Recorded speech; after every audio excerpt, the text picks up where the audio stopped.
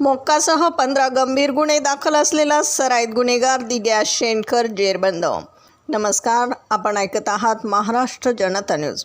पुणे ग्रामीण दहशतवाद विरोधी पथकाने एक मोठी कारवाई करत मोक्कासह 15 गंभीर गुन्हे दाखल असलेल्या एका सराईत गुन्हेगाराला सासवड येथून जेरबंद केले। दिगंबर उर्फ दिग्या दशरथ शेंडकर असे या 28 वर्षीय आरोपीचं नाव असून तो पुरंदर तालुक्यातील चांबळी येथील रहिवासी आहे।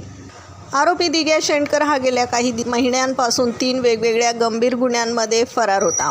ऑक्टोबर 2025 मध्ये त्याने बेलसर येथे एका व्यक्तीला लोखंडी रॉड आणि कोयत्याने गंभीर मारहाण केली होती। मार्च 2026 मध्ये सोनोरी येथील एका हॉटेल व्यावसायिकाला मारहाण करून 32,000ची रोकड पळवली होती।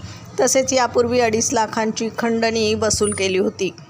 एवढेच नव्हे तर मार्च 2026 मध्ये शिरूर तालुक्यातील मांडवगण फराटा येथे क्रिकेट ग्राउंडवरील वादातून त्याने एकावर थेट पिस्तूलमधून फायरिंग केली होती।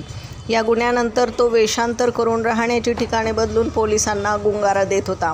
त्याच्यावर राजगड, जेजुरी, सासवड आणि शिरूर पोलीस स्टेशनमध्ये खून, दरोडा, खंडणी आणि आर्म ॲक्ट सारखे 15 गंभीर गुन्हे दाखल आहेत। तो अवैध शस्त्र विक्री करणाऱ्यांच्या संपर्कात असल्याची माहिती पुणे ग्रामीण ATSला मिळाली होती।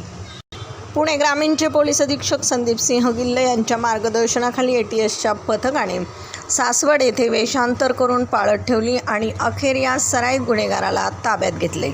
त्याला फरार राहण्यास कोणी मदत केली याचा तपास आता पोलीस करत आहेत। प्रतिनिधीसह महाराष्ट्र जनता न्यूज, पुणे।